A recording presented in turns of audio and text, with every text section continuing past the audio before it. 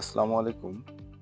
আজকে আমি আপনাদের সাথে একটি প্রোডাক্ট নিয়ে আলোচনা করব, সেটি হচ্ছে ওয়্যারলেস মাইক্রোফোন। এই ওয়্যারলেস মাইক্রোফোনটির মডেল হচ্ছে K9। আমরা বক্সটি আনবক্সিং করলাম। ভিতরে আপনারা দুটি ওয়্যারলেস মাইক্রোফোন পাবেন, একটি ইউএসবি কেবল পাবেন এবং সাথে একটি চার্জিং কেবল পাবেন।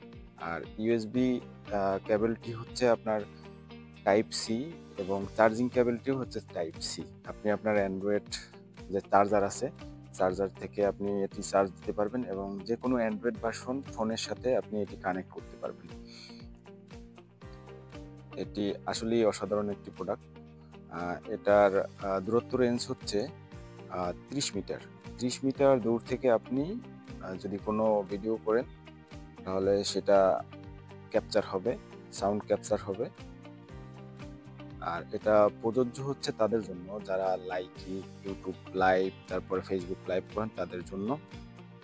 K9 মডেলটির এখানে দেওয়া আছে ফর টাইপ সি, মানে আপনি অ্যান্ড্রয়েড ফোনের জন্য ইউজ করতে পারবেন এবং বর্তমান যে নতুন ভার্সনের আইফোন আছে এটার জন্য আপনি ইউজ করতে পারবেন এই প্রোডাক্টটি।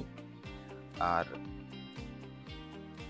এটি আপনি ইউজ করার নিয়ম হচ্ছে, আপনি যখন ফোনের সাথে কানেক্ট করবেন, কানেক্ট করার পরে আপনার ইউএসবির সাথে একটি ছোট বাতি জ্বলবে নীল কালারের। ওই নীল কালারের বাতি জ্বললে আপনি তখন আপনার মাইক্রোফোনটি অন করবেন। মাইক্রোফোন অন করার পরে আপনার মাইক্রোফোনে লাল এবং